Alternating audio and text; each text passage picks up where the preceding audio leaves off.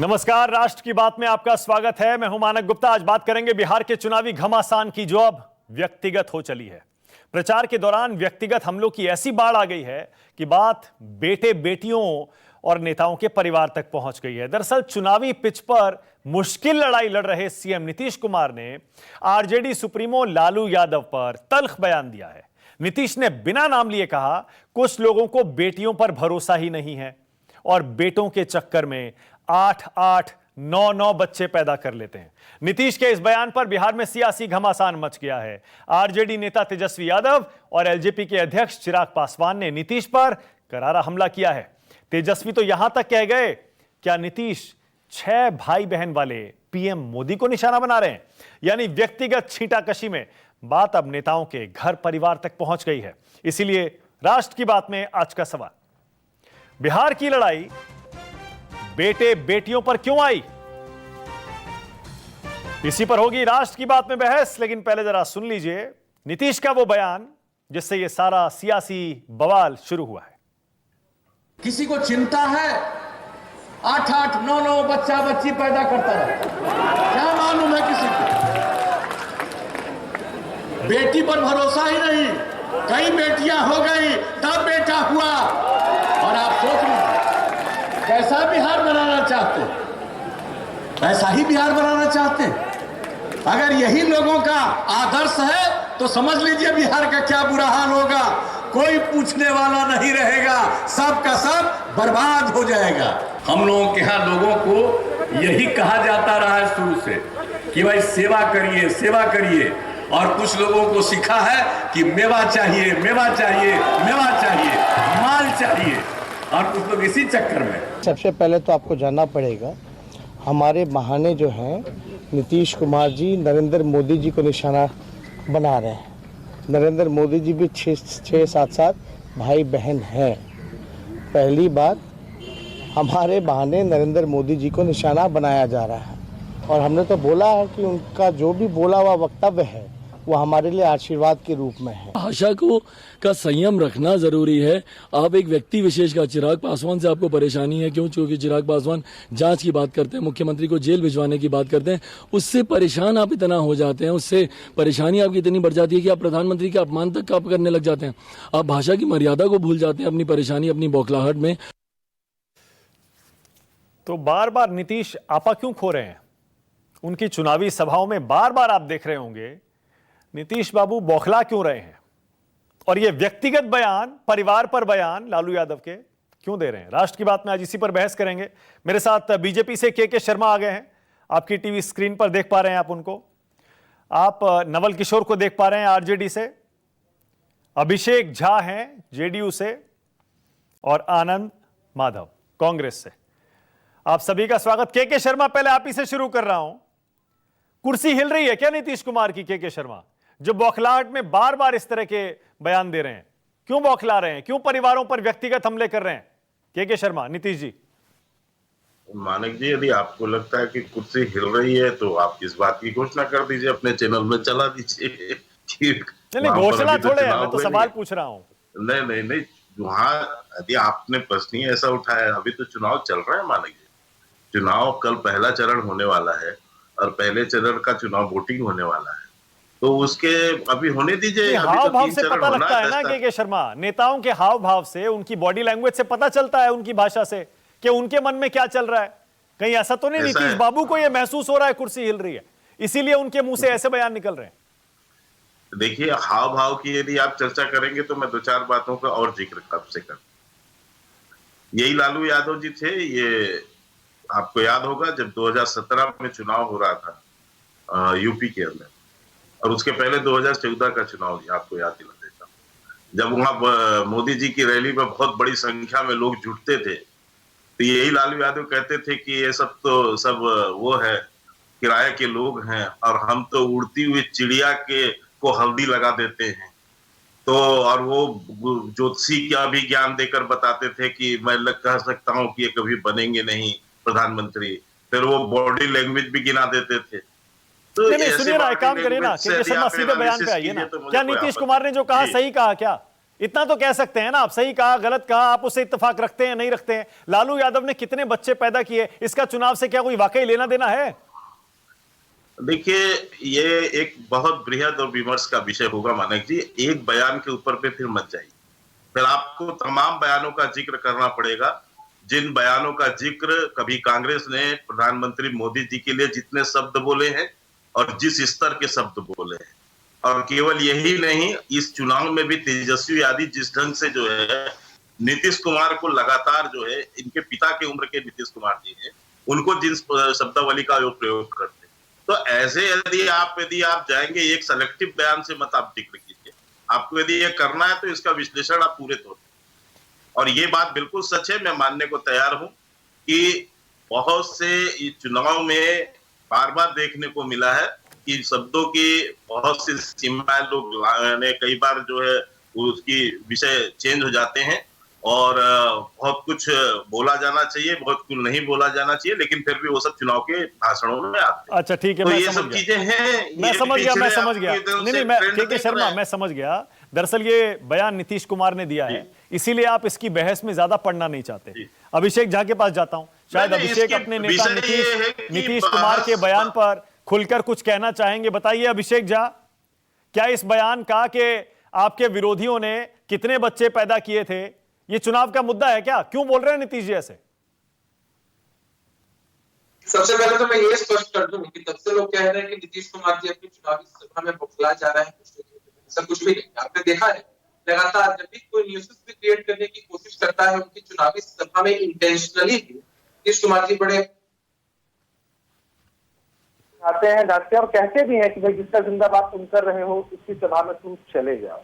और दूसरी बात, जब ये परिवार की चर्चा होती है तो परिवारवाद के दो जनक कह लीजिए या परिवारवाद के दो प्रतीक कह लीजिए, उन दोनों का ही बयान आप सुना रहे थे।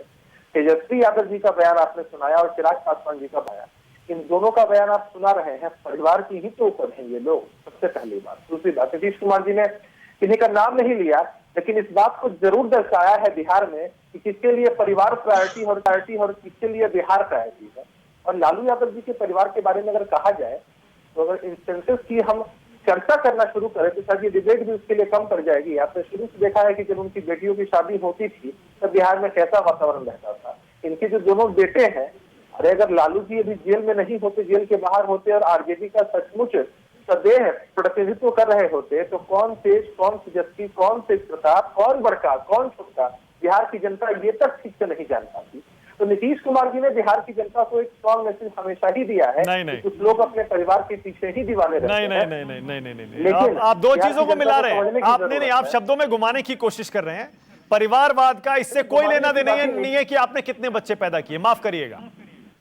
परिवारवाद कुछ और होता है, आप भी जानते हैं अभिषेक झा। परिवारवाद की भाषा पे बहस करिएगा आप। मैं तो आपसे सीधा सीधा ये पूछ रहा हूं, आप कहते हैं कि लालू यादव ने जंगल राज चलाया, आप कहते हैं लालू यादव ने बिहार को 50 साल पीछे ले गए। क्या 8-9 बच्चे पैदा किए बेटे के लिए, बेटियां पैदा करते रहे जब तक बेटा नहीं हुआ? क्या वो ये कहना चाह रहे हैं क्या कि पिछड़ी मानसिकता के थे लालू यादव? इतना तो कहिए खुल के, क्यों दिया ऐसा बयान?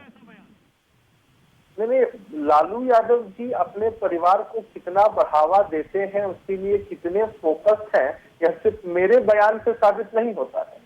विगत इतने वर्षों के जो उनका राजनीतिक करियर रहा है, सामाजिक जीवन रहा है, उसमें यह बात साफ दिखती है। नीतीश कुमार जी ने अगर किसी के बारे में तो नाम नहीं लिया और दूसरी बात अगर चर्चा भी की है तो सीधे शब्दों में यही समझाने की कोशिश की है कि पिछड़े मानसिकता के ये लोग जो बिहार की सत्ता पर काबिज होने का एक अधूरा स्वप्न देख रहे हैं, इनके लिए परिवार ही प्रायोरिटी है, इनके लिए परिवार से बढ़कर कुछ भी नहीं है। उसी का एक बहुत बड़ा एग्जाम्पल यह भी था कि जब लालू जी को जेल जाना पड़ा तो उन्होंने अपनी पत्नी को राजगद्दी पर बिठा दिया। माफ करिएगा किसी को बुरा ना लगे, लेकिन हम इंप्रेशन से वो अपना दस्तखत कर सकती थी, ये स्थिति थी बिहार की। और बिहार को इतने बड़े दुर्भाग्य में उन्होंने भेज दिया। तो परिवार जिनके लिए इतना अभिषेक एक सेकंड, अभिषेक अगर ज्यादा बच्चे पैदा करने से, मैंने तो आपको पिछड़ी मानसिकता का एक उदाहरण दिया था, अगर ज्यादा बच्चे पैदा करने से पिछड़ी मानसिकता का एक उदाहरण मिलता है तो इस तरह से आपकी पार्टी में, आपकी सहयोगी पार्टी बीजेपी में या देश में और जितनी भी पार्टियां हैं उनके बड़े बड़े नेताओं के सारे बच्चे गिन लिए जाएं और उससे पता लग जाए कौन कितनी पिछड़ी मानसिकता का है। क्यों? कितने नेताओं के बच्चों का कुकृत्य या उनको लेकर इस तरह की घटनाएं आपने सुनी है आज तक पूरे देश में? मालूम चाहिए, आप तो इतने वरिष्ठ पत्रकार हैं, जरा आप बताएं। नहीं, यहाँ कुकृत्य की बात नहीं हो रही है। नीतीश कुमार ने कोई कुकृत्य नहीं गिनाया है। उन्होंने तो सिर्फ ये कहा 8-8, 9-9 बच्चे पैदा कर लेते हैं। उन्होंने तो ये कहा सीधे सीधे बेटे के लिए। चर्चा उनकी होती है तो मीसा भारती जी की शादी की, रोहिणी आचार्य जी की शादी की चर्चा होती है। इस तरह की घटनाएं जो बिहार को शर्मसार करती थी कि दिन दहाड़े 50-50 नई गाड़ियां शोरूम से निकाल ली जाती थी, नए फर्नीचर उनके मामा बंधु के लोग उठा लिया करते थे, या उनकी जो सिपह सलाहकार थे वे लोग इस तरह की घटनाओं को अंजाम नहीं, अब आप खुद को ही कॉन्ट्राडिक्ट कर रहे हैं, आप खुद को ही काट रहे हैं। भाई एक तरफ कहते हैं कि बेटे चाहिए, बेटियां नहीं चाहिए, फिर कह रहे हैं कि देखिए बेटियां की उनकी शादी में कितनी धूम धड़ाका किया। आप क्या कह रहे हैं? नहीं, धूम धड़ाका नहीं किया। धूम धड़ाका कुछ और होता है मानव जी। आप अपने जेब से पैसा खर्चा करके कर रहे हो तो एक बात है, बिहार की आम जनता को नवल किशोर, अगर आप अपनी बेटियों की शादी धूमधाम से करना चाहते हैं तो इसमें कोई कॉन्ट्रडिक्शन नहीं है। नवल किशोर, बुलंदी और बड़ी मजबूती के साथ मैं इस बात को दोहरा रहा हूँ, बिहार की जनता इसकी गवाह रही है, तो मेरे कह देने से ये नहीं हो जाएगा। नवल किशोर, नीतीश बाबू ने ऐसा बयान क्यों दिया है और आपका जवाब क्या है इस पर? कई दिनों से देखा जा रहा है कि रूप से मनोवैज्ञानिक रूप से असंतुलित हो गए हैं। लगता है कि उनके पास अपने 15 साल में किए गए कार्यों का कोई वर्णन करने का उद्देश्य, उनके पास आधार नहीं है। यही कारण है कि वो बार बार इस तरह के हमले कर रहे हैं। और मुझे तो बहुत ही आश्चर्य लगता है कि जिस लालू जी के साथ उन्होंने राजनीति की शुरुआत की और करीब 25 साल तक साथ में रहे, उनके एक एक सदस्य को वो जानते हैं, घरेलू संबंध है, उस पर इतना घटिया और ओछी टिप्पणी कैसे कर दिए? ये उनके मानसिक दिवालियेपन का भी संकेत है। क्या 15 साल के बाद अगर किसी का शासन जाता है तो मानसिक रूप से और मनोवैज्ञानिक रूप से इतना परेशान हो सकता है? और अगर बात कही जाए राजनीति की और चुनाव की, तो उनके पास मुद्दे हैं। बात करें बेरोजगारी पे, बात करें पलायन पे, विद्यार्थियों के मजदूरों पे, बात करें कि वो क्यों नहीं निवेश ला सके। उन्होंने खुद बोला कि हम 15 साल में तो 6 लाख की नौकरी दे पाए हैं, कोई रोजगार, कोई उद्योग नहीं लगा पाए हैं। और उस वैसे में मोदी जी जो उनके साथ चुनाव लड़ रहे हैं वो 2015 में ही कर चुके हैं कि 33 घोटाले कर चुके हैं। उसके बाद सृजन हुआ, मुजफ्फरपुर रेप केस हुआ जिसमें 34 बच्चियों के साथ ऐसा घिनौनी घटना हुई जिसके वो खुद संरक्षक रहे हैं। मुख्यमंत्री ही नहीं, वो गृह मंत्री भी रहे हैं। उनको तो माफी शर्म आनी चाहिए और वो कह भी चुके हैं। वो कैसे आज के डेट में महिला की बात करते हैं और उसी महिला को टिकट देते हैं जो उस आरोपित है, उसके पिताजी, उसके हस्बैंड आरोपित है और मूछ वाले फोन वाले से संबंधित बताए जाते हैं। जो ब्रजेश ठाकुर है वो इनके साथ में गठबंधन में चुनाव लड़ चुका है 2000 में। ये पूरी की पूरी बात यह तय करती है कि इनकी शासन जाने वाली है और मुद्दे पे कोई बात नहीं कर सकते। यही कारण है कि इस तरह का पता बयान देते हैं। नहीं तो जो बात वो कर रहे हैं वो देश स्तर पे उस बात को समझना चाहेगा तो कोई कहेगा कि ये तो गिरिराज सिंह से ट्यूशन ले रहे हैं। इस तरह का बात तो वही करते हैं कि किसके कितने बच्चे और बच्चियां हैं। आप काउंट कर लीजिए भाजपा में, देश में, कि क्या एक ही व्यक्ति, एक ही परिवार में उतने बच्चे बच्चियां हैं या कहीं और भी है? तो इनको और भी शर्म आएगा कि इस तरह का बात उन्होंने कैसे किया। जिस समाज में परिवार को एक पवित्र संस्था माना जाता है उस पर इन्होंने ऐसा टिप्पणी किया। घनघोर संसार के हिस्सेदार हैं और इनको शर्म आनी चाहिए कि इस उम्र में इस तरह का बात कैसे कर सकते हैं। नवल किशोर, आप भी जानते हैं आज के जमाने में वाकई 8-9 बच्चे का चलन नहीं है। आप भी जानते हैं जब इतने दशकों से हमारे यहाँ परिवार नियोजन के इतने बड़े बड़े आंदोलन मुहिम चल रही। सुनिए मेरी बात तो सुनिए। मैं कह रहा हूं कम से कम आज तेजस्वी आपके नेता हैं, कम से कम ये तो कहें खुलकर, ये तो कहें कि ये नई आरजेडी है, ये तेजस्वी यादव की आरजेडी है। जो हो गया वो हो गया। अब ये नई सोच के साथ ये आरजेडी आगे बढ़ेगी। ये 8-9 बच्चों वाली आरजेडी नहीं है। इतना तो कहिए, इतना तो मानिए कि उस समय होता था, तब चलन होगा। वो पिछड़ी सोच, पिछड़ी मानसिकता थी। देखिए वो सारा चीज पब्लिक डोमेन में है और यही सबसे बड़ी उनकी घबराहट है। उनको लगता है कि ये राइजिंग पॉपुलैरिटी तेजस्वी यादव का है जो कि जमीन पे दिख रहा है और सभा में दिख रहा है, वही उनके घबराहट की कारण है। और उनको लगता है कि उनका जवाब नहीं दे पा रहे हैं तो इस तरह इस स्तर को रोज गिराते हैं। देखिए उनके भाषाई मर्यादा तो रोज एक नए न्यूनतम पैमाने पर लाती है। यही दर्शाता है कि वो राजनीति में उनसे कंपेयर तुलना नहीं कर सकते। लेकिन देखिए आनंद माधव, तेजस्वी आनंद माधव बात कर रहे हैं नए युवाओं की, ओके, युवाओं की बात कर रहे हैं, बेरोजगारी की बात कर रहे हैं, ओके, नए दिशा में नए रोजगार की बात कर रहे हैं, ओके, और आप कहते हैं वो बात नहीं कहे। पूरे पार्टी का ढांचा आप देख लीजिए। हाँ नहीं ठीक है, बिल्कुल ठीक है। तेजस्वी ने तो ये कहा कि मैं कुछ नहीं बोलूंगा नीतीश जी के खिलाफ, वो कुछ भी कहें, चाचा है मेरे। लेकिन आनंद माधव की तो चुनाव है, चुनाव में तो ऐसा होता है। कांग्रेस के तमाम नेताओं के बयान पिछले चुनावों के उठा के देख लीजिए, बाकी पार्टियों के देख लीजिए, चुनाव में तो इस तरह से होता ही है। अक्सर जुबान फिसल जाती है या आदमी या फिर जो भी नेत्री है वो लक्ष्मण रेखा पार कर जाते हैं। आनंद माधव, सही कह रहा हूं ना मैं? देखिए मानक जी, मैं अभी की बात करना चाहूंगा। हाँ मानक जी, मेरी बात सुन लीजिए भाई, आप लोग 2 मिनट। मैं चुपचाप सुन रहा था आप लोगों को। सबसे पहले तो मानक जी धन्यवाद आपको मुझे मौका देने के लिए। मानक जी, मैं यहाँ पे ये कहना चाहूँगा कि बड़ी अच्छी बात है और बहुत खुशी भी सुन के कि हमारे माननीय मुख्यमंत्री जी को महिलाओं की चिंता हुई, जिनके राज्य में मात्र 14 साल में 175% महिलाओं के हिंसा में वृद्धि हुई है, महिलाओं के खिलाफ अपराध में वृद्धि हुई 175%। और अभी जो है महिलाओं के अपराध में यहाँ पे 1,70,000 केसेस जो हैं इन 14 साल में महिलाओं के खिलाफ अपराध में जो है वो दर्ज किए गए हैं। ये भी मैं आपको बता दूं कि इनके खिलाफ जो सुनवाई हुई है इनमें मात्र 16% की सुनवाई हुई है। महिलाओं के जो शुभचिंतक हमारे माननीय मुख्यमंत्री जी बन रहे हैं और ये कह रहे हैं कि बेटे की चाहत में बेटियों की, ये बेटियों की चाहत में, ये बेटे की चाहत में बेटियों की कतार लगा दी, तो इनको ये भी देखना चाहिए कि वो जो खड़े हैं आज महिलाओं के हितैषी बन के, वो कहाँ खड़े हैं और किस स्तर पे खड़े हैं। अगर वो महिलाओं के बारे में ज़रा सोचते तो ये मुजफ्फरपुर शेल्टर होम नहीं होता, उन्हीं के राज में हुआ। और सबसे बड़ी दुखद बात यह है कि आज उनके जो दोषी हैं, आरोपी हैं, उनके साथ वो खड़े दिखाई दे रहे हैं।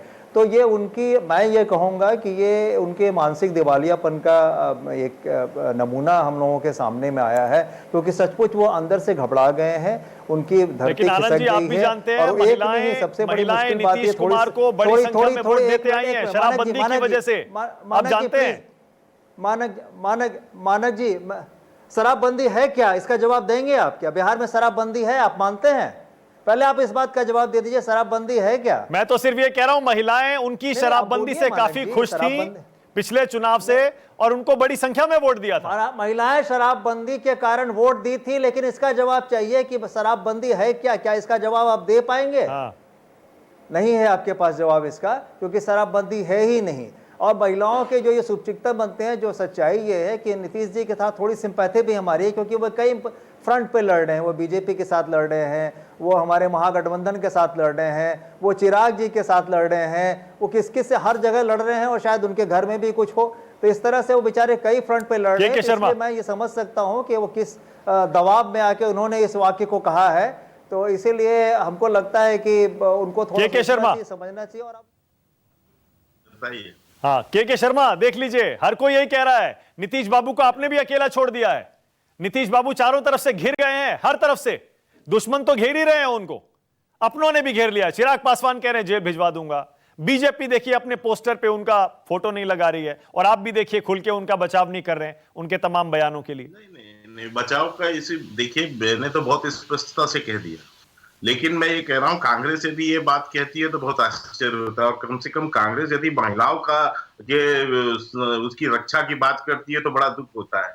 आनंद माधव जी को बिहार में अभी उन्होंने बहुत सारी संख्या गिना दी, लेकिन उनकी आंख राजस्थान में बंद हो जाती है, जो पूरे देश में सीबीआई की रिपोर्ट के अनुसार सबसे ज्यादा बलात्कार की घटनाएं जिस राजस्थान में हो रही है। होशियारपुर का अभी आपने घटना देखा, क्या हालात है वहां पर। अभी अभी आपने देखा देवरिया में इनके यहाँ एक बलात्कारी को इन्होंने टिकट दिया और किस तरह से अपनी महिला कार्यकर्ता को इन्होंने पीट डाला। और पुराना इतिहास यदि गिना तो इनको तो भौरी देवी से लेके नैना साहनी हत्याकांड तक किस ढंग से इनके नेताओं ने महिलाओं को काट के भट्टे पे भून के जो है भून दिया।